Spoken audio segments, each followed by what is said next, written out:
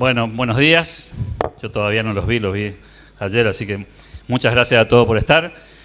Ministro Caputo, gracias por aceptar esta posibilidad de venir a Corrientes y conversar algunos minutos con nosotros, interrumpiendo su agenda.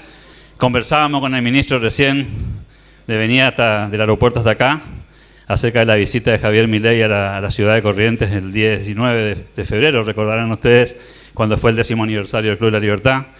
Ese evento que hicimos ahí en Espacio Andes. Aprovecho la oportunidad para agradecer a los amigos de Espacio Andes que nos cedieron el predio con tanta generosidad y con una convocatoria gigantesca, ya presidente Javier Milei. Y le contaba también al ministro que el presidente vino de los 11 congresos que hicimos a 7. Digo, hay una historia larga con el presidente y bueno, le complicamos la agenda al ministro para que venga a conversar con nosotros en el día de hoy. Le agradecemos muchísimo el gesto, ministro, ¿no? No, bueno, muchas gracias por la invitación, muchas gracias a todos por venir, y de veras para mí es un gusto y es un honor poder compartir estos momentos con ustedes. Así que muchas gracias por la invitación, Alberto. Bueno, vamos a intentar un intercambio, a ver si podemos recorrer algunos temas económicos. Vale. Hay muchas inquietudes, muchas preguntas que nos hacemos los correntinos, los argentinos sobre el futuro del país y la economía. Y usted es un protagonista central de ese recorrido. Pregunta obligada, empezamos el camino por el tema de la inflación, ¿no? Arrancamos con este proceso de desaceleración de la inflación y todo el mundo se pregunta de aquella frase del presidente Milei de en 18 o 24 meses podemos pensar en acomodar la inflación. ¿Cuál es el derrotero que imagina en los próximos meses y por qué no en el año que viene? Bueno, la verdad que el proceso de desinflación, como ustedes saben, ha sido mucho más rápido y más fuerte de lo que la mayoría de los economistas pronosticaba. La verdad que si en diciembre con la inflación mayorista en 54%, con la inflación minorista en 25,5%, nos hubieran dicho que digamos, en octubre íbamos a estar enfrentando una inflación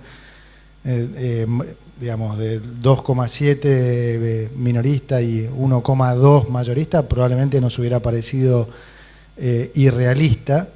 Pero también es importante resaltar que además se hizo recomponiendo precios relativos. Esto es, recuerden que veníamos también además de no solo con esa inflación heredada, sino además un montón de inflación escondida debajo de la alfombra, ¿no? Recuerden que había desde alimentos hasta tarifas, combustible, todo estaba pisado. Entonces, sincerar esos precios, por supuesto, impacta en el índice. Entonces, la parte que nosotros más rescatamos de este proceso es que logramos hacerlo sin romper contratos, sin ninguna de las cosas que Argentina solió hacer en el pasado, como el plan Bonex y demás, por supuesto, sin haber entrado en default, sin alguna hiperinflación previa, que en general esas correcciones de mercado después, por supuesto, hacen el trabajo sucio y a uno le hacen la salida más fácil. Nosotros logramos todo este proceso de desinflación realmente en tiempo récord, recomponiendo estos precios relativos y además en un lapso muy breve de costo a nivel de actividad, porque piensen que a nivel de actividad ya en agosto el estimador mensual de actividad económica dio igual que los niveles de diciembre. Y en octubre vamos a estar probablemente en los niveles de noviembre. Entonces, realmente lo más importante para rescatar de esto es que hoy ya hay evidencia empírica de que este es el camino correcto. Antes era una explicación nuestra, en particular del presidente durante su campaña. Mucha gente no le creyó, decía locuras y demás, y fíjense cómo hoy en realidad ya tenemos pruebas y evidencia muy contundente de que este es el camino. Entonces, al igual que en nuestras casas queremos tener nuestras cuentas en orden y ese es el principio para, digamos, crecer, ¿no? Entonces, tiene que haber una recomposición de de país, tenemos que tener una visión más de largo plazo y una visión realmente de lo que queremos como país. Cuando veníamos para acá me contabas la cantidad de proyectos de infraestructura que no se han realizado y proyectos incluso que vienen de hace 50 años. Bueno, ¿qué prueba más contundente pueden tener ustedes aquí en Corrientes de que ese modelo no funciona? O sea, si no hay infraestructura no podés crecer. Y durante todos estos años, ¿qué se hizo? Un modelo en donde se prometieron un montón de cosas, plata siempre hubo, porque, digamos, pasa que se utilizó para otras cosas. Entonces, este modelo al que estamos yendo apunta hacia una economía sana. Y en una economía sana vienen las inversiones. Y si vienen las inversiones, aumenta el nivel de empleo y mejoran los salarios. Y ahí es donde nosotros estamos queriendo apuntar. ¿Podemos decir que está zanjada la discusión, hablando de batalla cultural, sobre esta historia de decir la inflación es un fenómeno monetario o si es multicausal? Digo, porque los argentinos discutimos durante décadas sobre este tema como si fuera una discusión, pero pareciera que hoy la evidencia empírica, como decía el ministro, está mostrando alguna cosa más contundente, ¿no? Sí, yo creo que está, digamos, zanjada, por lo menos para gran parte de la población, ¿no? Y tocás para mí lo que es un punto clave, porque ahí es donde estuvo siempre un poco la trampa, en donde siempre se gastó más de lo que se recaudó, ¿sí? Siempre hubo un déficit fiscal muy, muy grande. Y en realidad lo que la gente siempre percibió como los problemas, ¿no? Que eran digamos, la suba de precios, el exceso de carga impositiva, la suba del precio del dólar, los problemas de deuda.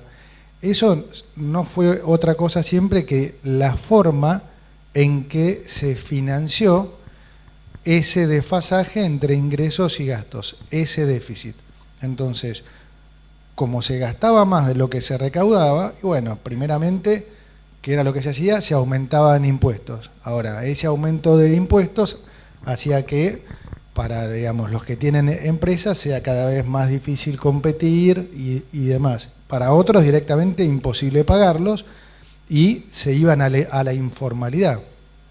Bueno, otra forma de financiarlo era emitiendo pesos y esa sobreemisión de pesos generaba inflación, que como hoy todos entienden, impacta en los que menos tienen, generaba suba del dólar, mucha incertidumbre, o si se financiaba con deuda, generaba después problemas financieros de repago de deuda. Y esos eran los problemas que la gente en sus casas percibían. Ahora, ¿cuál era la reacción siempre de la política contra esos problemas? Era echarle la culpa justamente a esas cosas que ustedes percibían. Entonces, el problema de la inflación no era que se emitían pesos para financiar gasto espurio, sino que los empresarios eran malvados y entonces había que controlar precios y poner leyes y medir las góndolas y hacer todo tipo de cosas que hemos visto los últimos 20 años.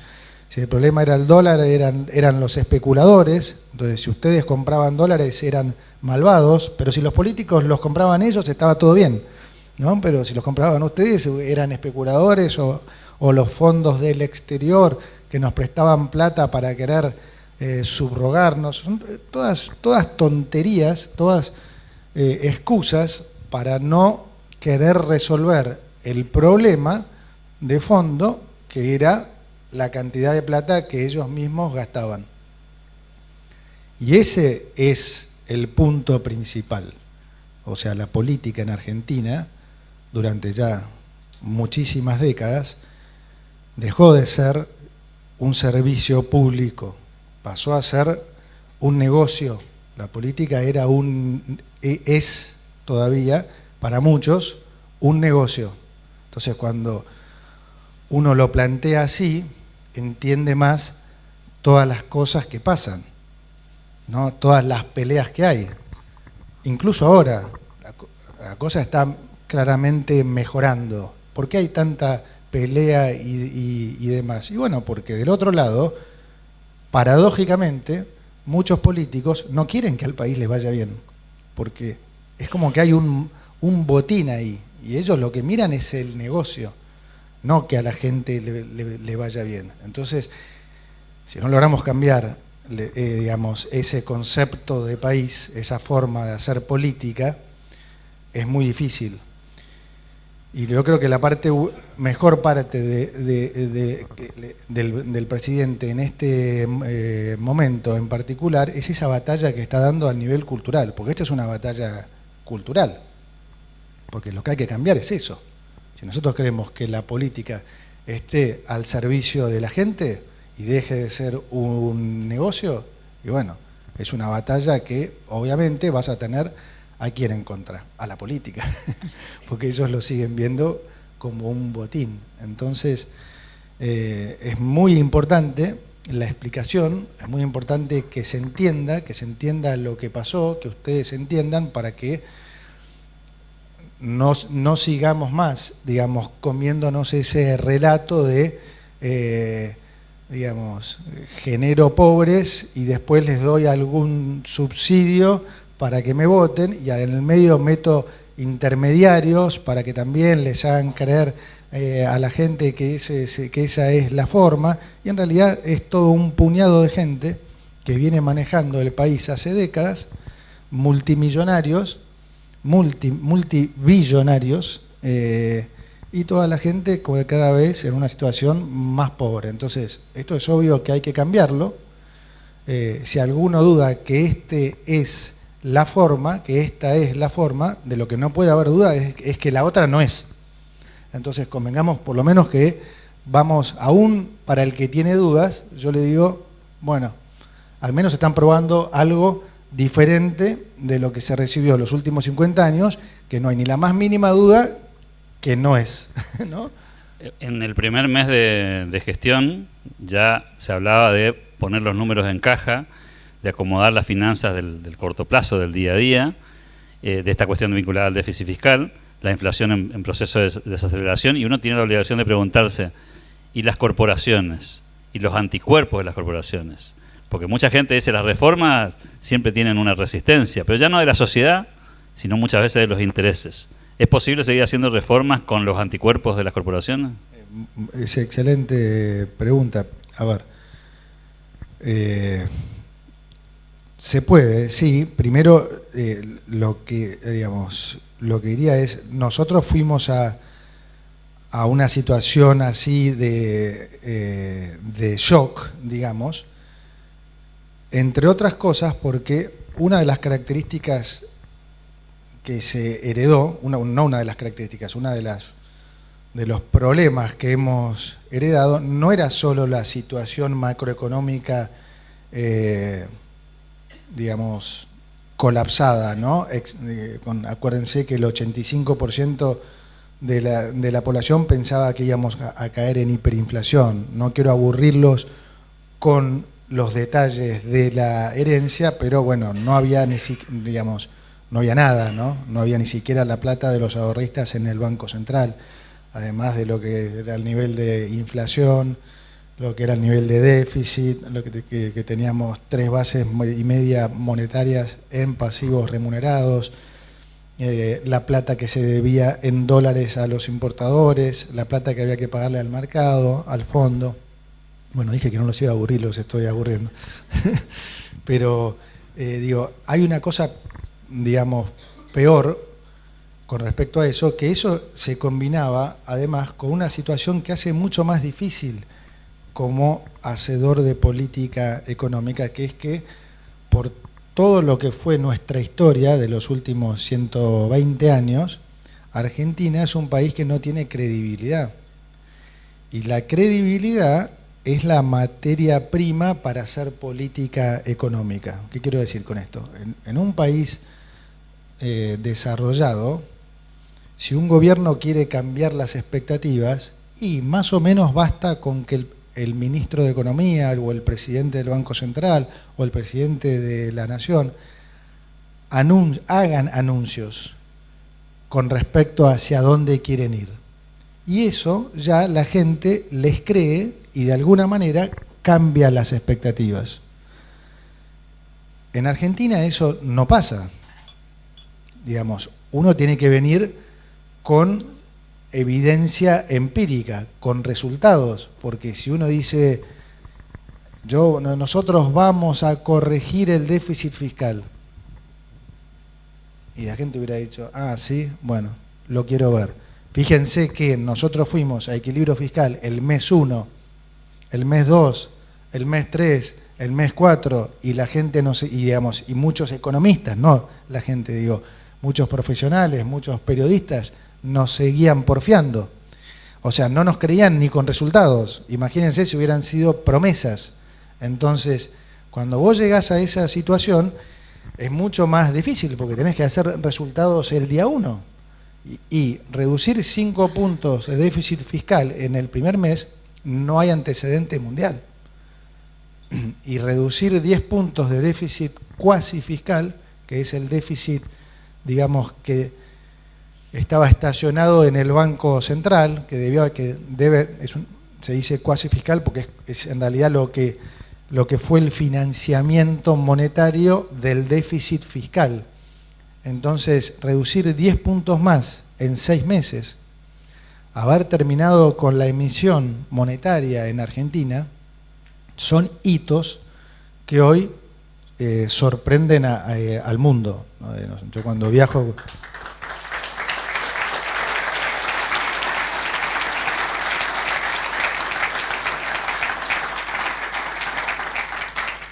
de veras digo, cuando viajamos con el presidente en los a las reuniones oficiales como del G20 o cuando hacemos viajes, hoy realmente Argentina pasó a ser un ejemplo. ¿Hace cuánto que no lo éramos? O sea, los ministros más importantes del mundo ya nos dicen que el caso argentino se está estudiando en las mejores universidades. Están realmente impresionados de lo que hemos hecho y de los resultados. Y ahora engancho con la pregunta que me habías hecho. Yo creo que al principio, sobre todo, en el empresariado, había mucho escepticismo con respecto a esto, ¿no? Hoy, en particular, de hace probablemente 45 días, yo veo un cambio fuertísimo en el sentimiento, e incluso en el empresariado. Es como que genuinamente o entendiblemente, como siempre a Argentina le fue mal, es como que está en el ADN argentino pensar que no nos puede salir bien. Por eso yo jorobo siempre tanto con el tema de la casualidad y la causalidad. A Argentina no es que le fue mal durante 120 años de casualidad. A Argentina le fue mal porque hicimos las cosas mal. O sea, éramos un mal alumno, no estudiábamos, nos portábamos mal y nos iba mal. No era una maldición. No era una maldición, ni un complot de afuera, ni nada. O sea, hacíamos las cosas mal. Y es importante entender esto, porque hoy las estamos haciendo bien. Como digo siempre, jorobando, porque a veces me toca dar charlas en alguna universidad o algo, digo, chicos, cuando ustedes no estudian, por más que sean inteligentes, les va mal. Ahora, si se estudian todo, lo más probable es que les vaya bien. Bueno, digo, hoy Argentina es un traga. Es el único país de las Américas que tiene superávit y que tiene una, digamos, macroeconomía en orden. Entonces, nos va a ir bien. Esa es la realidad. No hay que tener, digamos, no hay que pensar que porque el pasado no hubo una causalidad por todo esto. Y yo creo que los empresarios hoy lo están viendo. Al principio dudaba más. El otro día en la Fundación Faro, al final de la charla, se me acerca un empresario muy importante del sector energético, de una empresa muy importante, y me viene a felicitar. Me dice, no, en realidad no me viene a felicitar, me viene a decir te felicito y demás, pero no te vengo a felicitar, me dice. Te vengo a pedir disculpas, me dijo, porque a principio de año, cuando vos nos contabas lo que iban a hacer y cuando estábamos negociando nuestra situación y demás, yo era uno de los que más te jugaba en contra, me dijo, porque no creía, y la verdad estaba equivocado, tenías razón, me dice, así que además de felicitarte, me dice, te quiero venir a pedir disculpas y decirte que hoy nuestra empresa está pensando en invertir más. Lejos de, digamos, de pensar como pensábamos a principio de año, estamos buscando expandirnos. Yo creo que ese cambio en el empresariado está pasando. Va a ser un proceso de largo plazo, pero es un cambio importantísimo y ya lo estamos viendo, así que yo soy muy optimista. La mayoría de las encuestas dicen que la inflación dejó de ser una preocupación de los argentinos porque hay percepción de que estamos en el camino correcto de descenso, pero los argentinos somos muy especiales, ¿no? Ganamos en el Mundial 2022 y ya estamos preocupados por cómo va a ser el 2026, ¿no? Entonces estamos mirando al equipo a ver cómo va, a ver si gana el próximo Mundial o no, porque es casi una exigencia. El próximo Mundial probablemente, el de más corto plazo, tenga que ver con la reactivación económica. Y los detractores dicen, sí, bajaron la inflación, pero ¿qué está pasando con la actividad económica? Y me gustaría esa mirada respecto a este recorrido complejo también, seguramente evolutivo, pero fundamentalmente cómo imaginan la recuperación de Argentina en los próximos meses y años. Bueno, a nosotros nos sigue preocupando la inflación, obviamente que estamos muy contentos con los resultados, pero nos sigue ocupando y preocupando porque, como digo, nosotros tenemos que llegar a una inflación bastante más baja aún, ¿no? Como siempre explica el presidente y yo cuando tengo oportunidad, es un proceso que, digamos, se va a continuar, que en la medida que el tiempo pase, más vamos a dejar atrás los efectos negativos de la política monetaria del gobierno anterior y más van a prevalecer los efectos más positivos de nuestra política monetaria mucho más ortodoxa. Ahí hay un primer punto ya para generar este crecimiento que estamos hablando. Para generar crecimiento necesitamos estabilidad. Argentina no crece desde el 2011, o sea, hace casi 14 años que no crece. No es una casualidad que en esos 14 años no hayamos tenido estabilidad.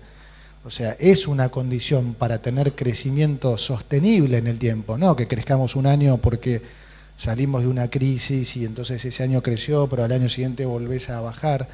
Para que haya crecimiento sostenido, tiene que haber estabilidad, tiene que haber previsibilidad, para que todos ustedes puedan, digamos, proyectar a futuro sus negocios, sus trabajos, sus cuentas, todo. Entonces, lo más importante por ahora es generar esa estabilidad macro. Esa estabilidad atrae inversiones. Eso es una de las cosas que genera inversiones. Y ya lo estamos viendo también nuevamente. Fíjense que están empezando a haber inversiones externas, ¿no?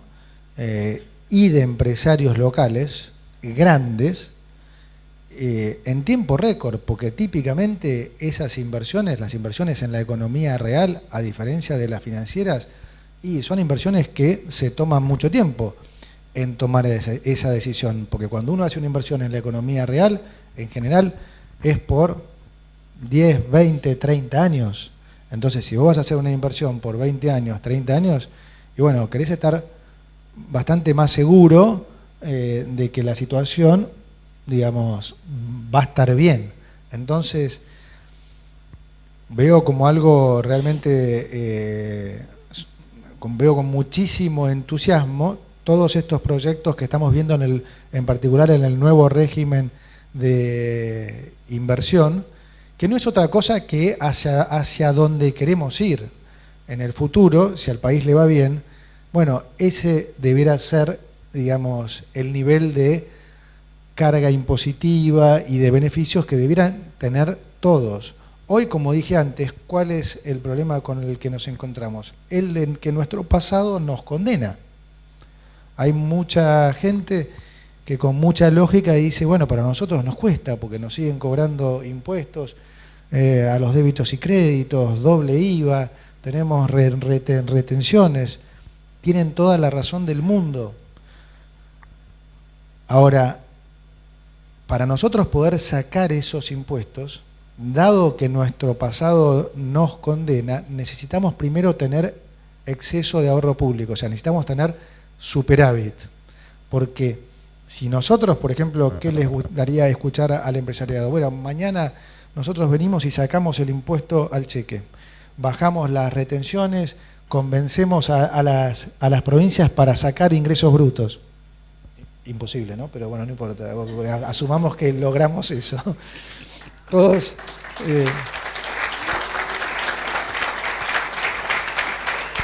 El sueño del pibe, el sueño del pibe. Digo, todos felices, bárbaro. Ahora, inmediatamente el país va a estar incurriendo nuevamente en un déficit grande, porque toda esa baja de impuestos, ¿sí?, es un proyecto a futuro, digamos, genera las condiciones para el empresariado y para la gente para invertir, pero se traduce en mayores ingresos a futuro. En el corto plazo te genera un agujero fiscal importante. Y ese agujero fiscal, como pasó siempre, hay que financiarlo. Entonces, ¿cómo lo financiamos? ¿Qué hacemos? ¿Salimos a buscar deuda de vuelta? Entonces la gente dice, uy, se están endeudando de vuelta. Entonces no, emitimos de vuelta, justamente que habíamos logrado dejar de emitir y la inflación baja y el dólar está tranquilo y demás. Y entonces volvemos. Ese es el problema, ese es el costo de haber hecho las cosas mal durante tantas décadas. Por eso los países, por eso nadie hace lo que hizo Argentina, por eso los países típicamente no lo hacen, porque no es gratis hacer, digamos, seguir las políticas económicas durante tantas décadas que Argentina siguió. Tiene este costo. Ustedes me dirán, hoy hay países que tienen déficit fiscal y alto, Estados Unidos mismo, Brasil, sí, claro, pero tienen la credibilidad para poder financiarlo, porque no tuvieron 113 años de 123 déficit fiscal, más bien lo contrario. Entonces, si en algún momento de su historia se quieren dar el lujo de tener déficit porque tienen que financiar ciertas cosas, inversiones o lo que sea, bueno, esos países se lo pueden dar ese lujo. Argentina ya no. Entonces, nosotros estamos trabajando para poder bajar impuestos. Eso es a lo que hemos venido, a bajar la inflación, a bajar impuestos. Ahora, ¿cómo se va a lograr eso? Y primero tenemos que lograr tener superávit. Y para eso es muy importante que la economía empiece a crecer, cosa que ya se está dando, ¿sí? Salió en el último reporte de un banco importante americano, de JP Morgan, que la economía en el tercer trimestre, ya en este tercer trimestre, va a crecer el 8,5%. Es un número altísimo. Y de vuelta, ya hemos recuperado, yendo a tu pregunta, el nivel de actividad de noviembre del 2023. Es decir, que hemos hecho todos estos cambios macroeconómicos que son importantísimos sin haber roto contratos, sin haber hecho ninguna de, como dije antes, de las cosas que Argentina hizo en el pasado, sin haber pedido plata, sin, digamos, y con con esta pronta recuperación en el nivel de actividad. Así que pónganse recontrapositivos, porque todo indica que vamos a tener un gran 2025 y que vamos a empezar a revertir este círculo vicioso en el que estuvimos inmersos durante tantas décadas.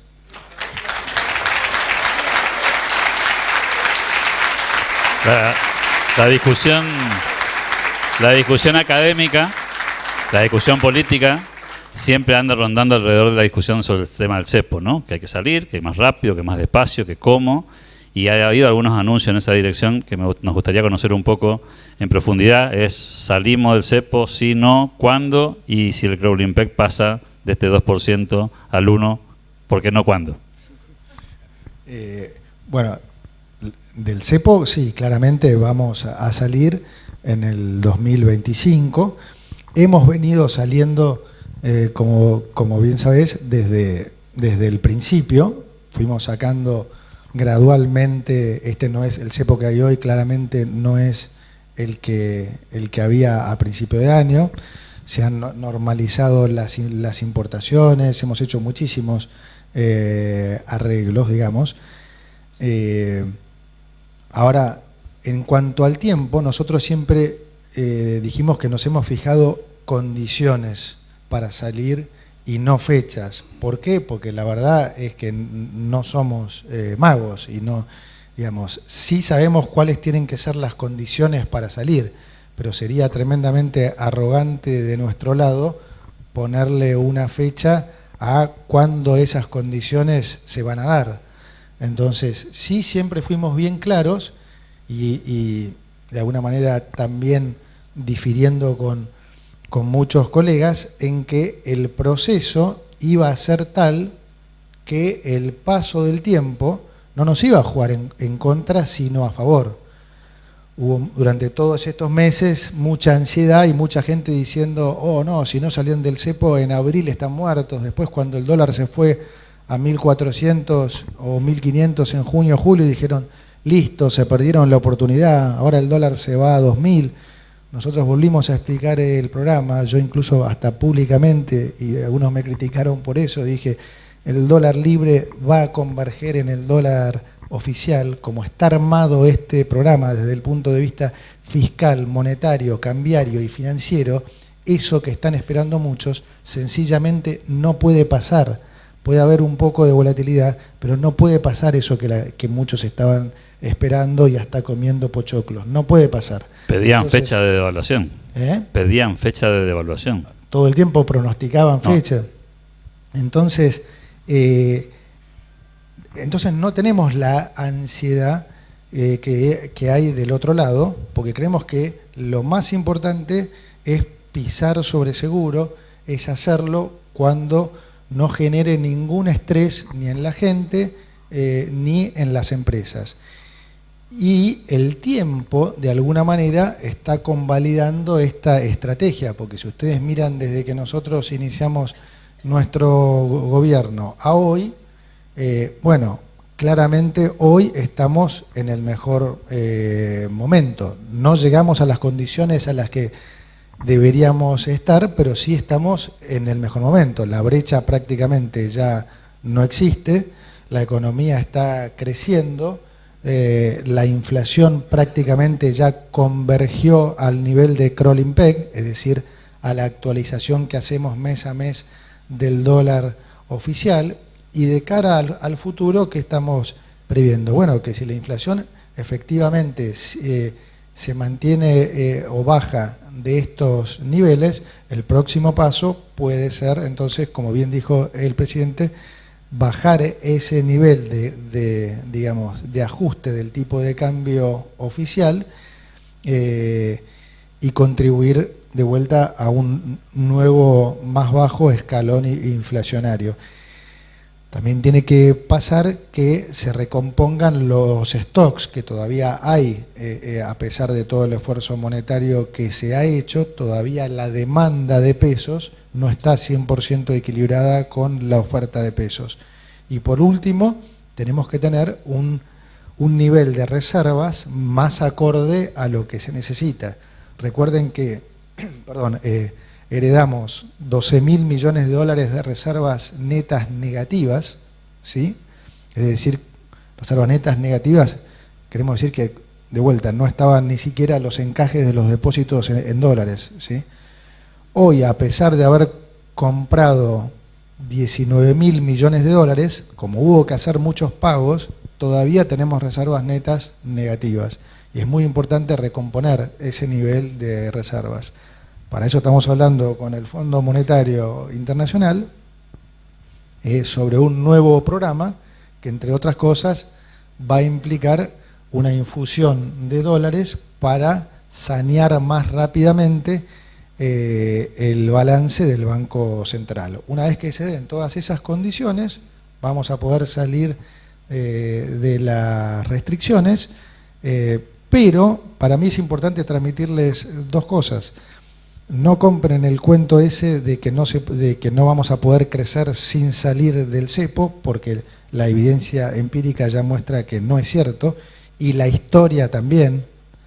Chile en los 80, Corea en los 90, China en los 2000, todos son casos de países con controles cambiarios que crecieron durante varios años. Nosotros igualmente pensamos sacarlo el año que viene, es decir, que para alguien que viene a invertir en el país a 20 o 30 años, créanme que no le impacta si la salida de las restricciones cambiarias son en abril, junio, agosto u octubre del año que viene. Entonces, nosotros la prioridad es hacerlo bien, pisar sobre seguro y que la gente no tenga problemas.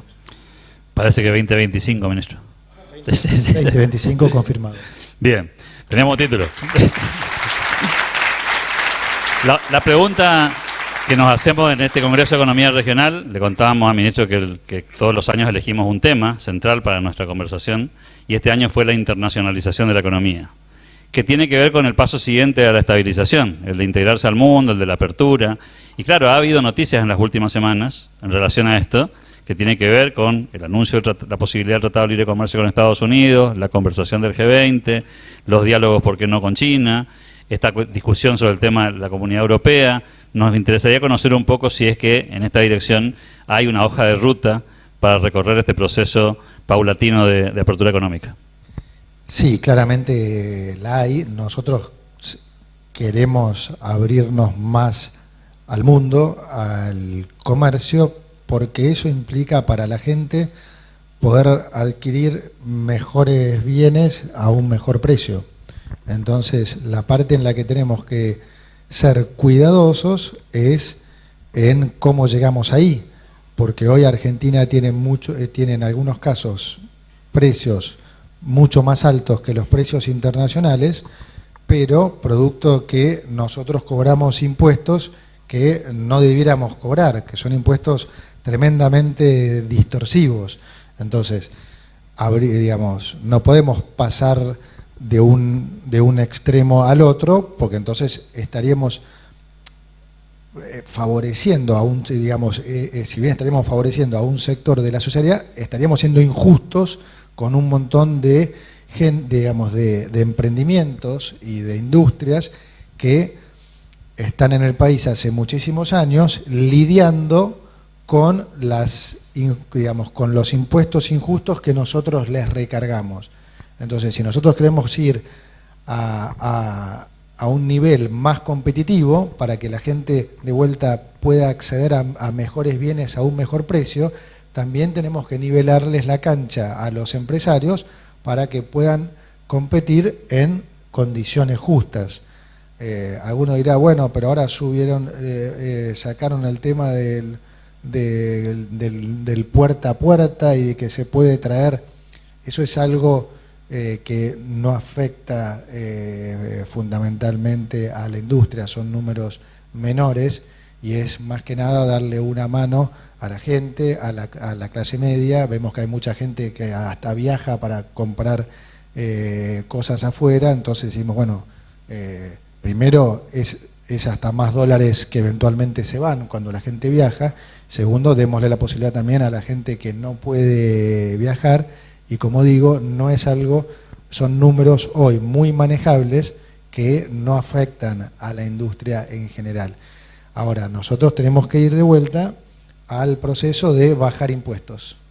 Entonces, esa apertura comercial lleva tiempo, porque ojalá pudiéramos arreglar un acuerdo comercial con Estados Unidos, pero son cosas que llevan años. Procesos largos. Son procesos largos. Ese es el proceso largo, ojalá no tan largo, en el que nosotros queremos aprovechar para poder empezar a eliminar estos impuestos y que entonces nuestros empresarios puedan ser ya mucho más competitivos, de manera de que cuando nos podamos abrir también más al mundo, ellos estén en condiciones de competir, digamos, en una cancha mucho más nivelada.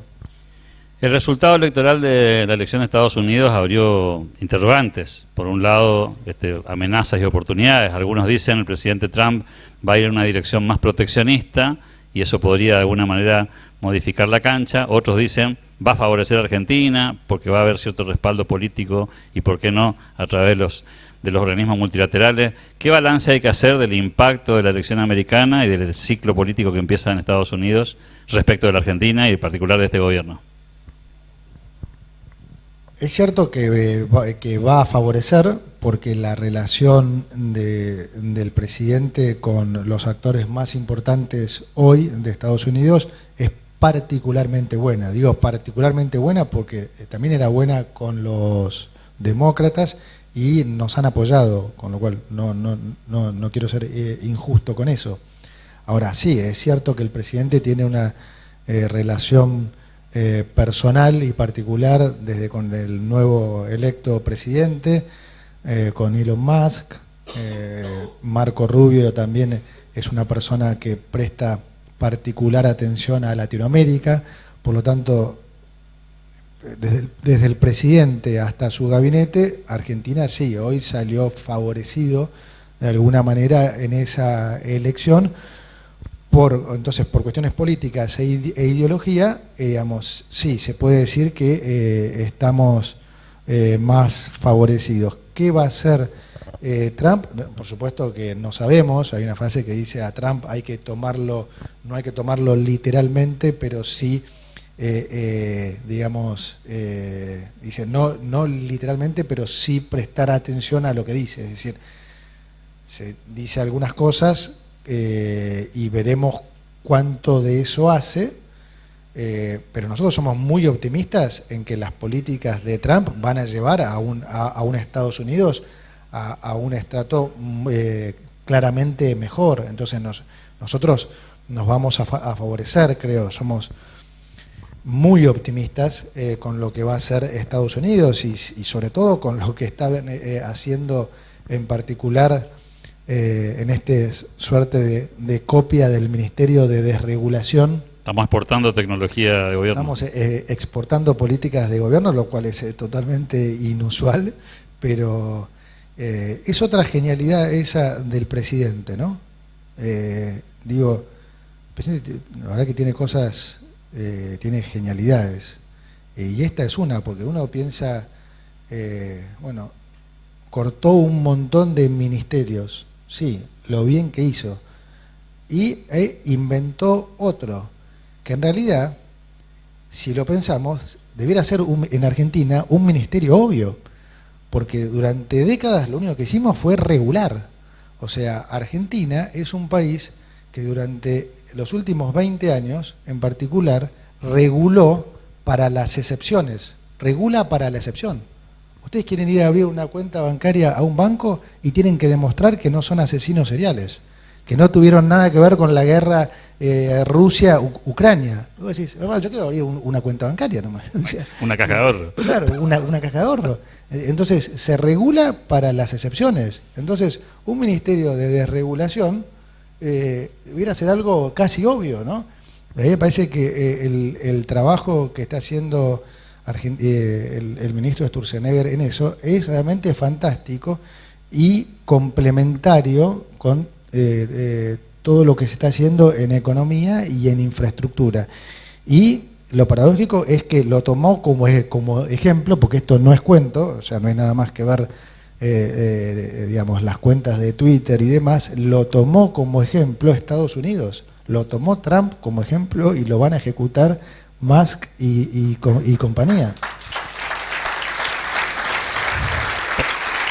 También el mundo se pobló de regulaciones y de cosas estas. No se imaginan la tensión que ha generado el presidente y sus políticas en el mundo. Es realmente difícil de creer si uno no lo ve. Yo viajo y me da casi lástima que no se sepa eso, ¿no? Yo me acuerdo siempre que la primera vez que volvimos de Davos en enero, se lo dije a un grupo de amigos míos, ¿no? No saben lo que es el presidente, es una revolución. Digamos, había otros presidentes, digamos, de países mucho más importantes, pero al lado de nuestro presidente, o sea, no existían. Y yo vi que mis amigos me miraban con cara de, bueno, está un poco fanatizado, ¿no? Pero hoy, 11 meses después, ya no hay ninguna duda que tenemos un presidente que es una de las 2, 3 voces más importantes del mundo. Y eso, valorémoslo, porque es inédito. Nosotros somos Argentina, o sea, no es que tuvimos muchas veces un presidente que tenga este nivel de importancia. ¿Y en qué se traduce para la gente? Porque bueno, ¿nos sirve tener un presidente tan importante? Obvio que sirve.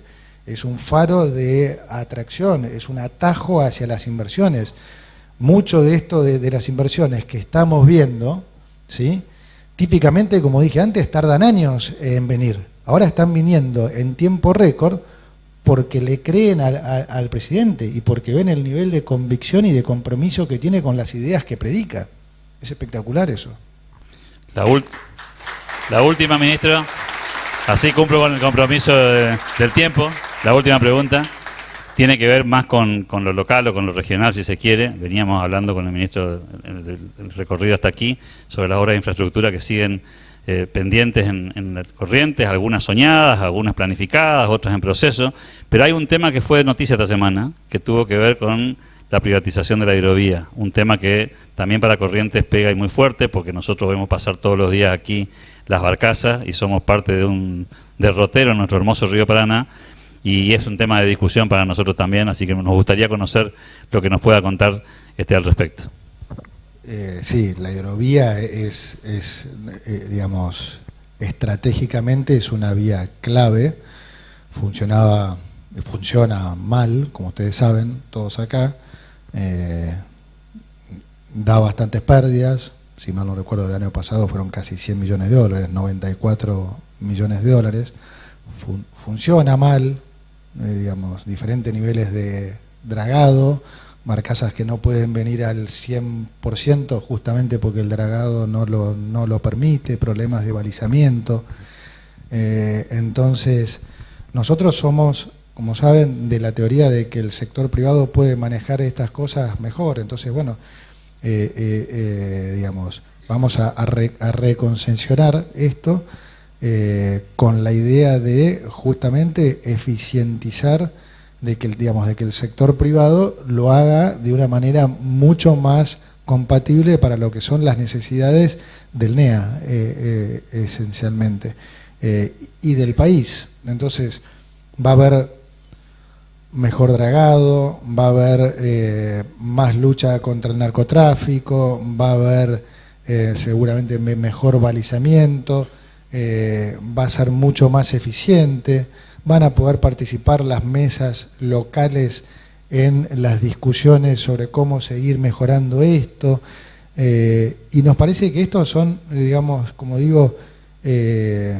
cambios culturales que tenemos que darnos y tenemos que llevarlos a cabo, porque esto es lo que también genera la corrupción en el país que tanto daño hizo. Todas estas, digamos, ahora cambio para, digamos, para lo que son las empresas estatales y demás. Nosotros, ¿por qué somos más de la teoría de venderlas que de eficientizarlas? Porque eficientizarlas no es suficiente, porque el día de mañana uno se puede ir, puede volver otro, y vos la eficientizaste, pero si vuelve otro con las mismas intenciones, la vuelve a corromper, ¿no? La Casa de la Moneda, que acabamos de saber, es un buen caso de ejemplo. Durante el gobierno de Mauricio Macri se eficientizó mucho y quedó una empresa razonable. Bueno, después Macri se fue, volvieron otros, y la Casa de la Moneda es un desastre, donde no imprime billetes, pierde un montón de plata, está mega endeudada y hasta tiene un jardín de infantes para los chicos de los que trabajan ahí, mientras pierde millones y millones de dólares. Entonces, ¿por qué pasa esto? Por lo que decía antes, porque la política ve a todas estas empresas, no como empresas públicas, sino como cajas, ¿no? Ellos, de hecho, las llaman cajas, ¿no? Y dicen, a mí dame esto, a mí dame esta otra, a mí dame esto, porque de todas estas empresas ellos pueden sacar plata y financiar la política. Nosotros tenemos que lograr de vuelta que la política tenga otro objetivo, que es que esté al servicio de la gente y de que deje de ser un negocio para los que vengan a la política, vengan para arreglarle la vida a la gente y no para hacerse multimillonarios. Entonces, en ese esquema es lo que vamos, es lo que a donde estamos yendo. Ojalá, digamos, entre todos los argentinos podamos cambiarlo, porque de esto requiere la voluntad y el compromiso de todos los argentinos. Ahí es donde nosotros queremos ir, esa es la batalla cultural que hay que dar. Como dije, no hay ninguna duda que la otra no sirve. Ojalá nosotros podamos demostrarles a todos y contemos con el apoyo de todos para convencerlos de que este es el camino correcto y que Argentina realmente puede ser un ejemplo de país en los próximos 20, 30 años. Ministro, tuvimos, este es nuestro décimo aniversario, este es nuestro 10º año como fundación. En el aniversario del 19 de febrero lo tuvimos al presidente de la Nación, en el Congreso de Economía Regional lo tenemos al ministro de Economía, mejor no podía ser. Así que muchas gracias por estar en Corrientes, por su primera visita a la ciudad de Corrientes, según entiendo. Gracias por acompañarnos, por este apoyo que significa seguir dando la batalla cultural, inclusive desde el gobierno, que creo que es un cambio también cultural muy potente. Así que gracias en nombre de Corrientes, en nombre del Club de la Libertad, gracias por estar acá. Contrario, gracias a todos, Gracias a ustedes.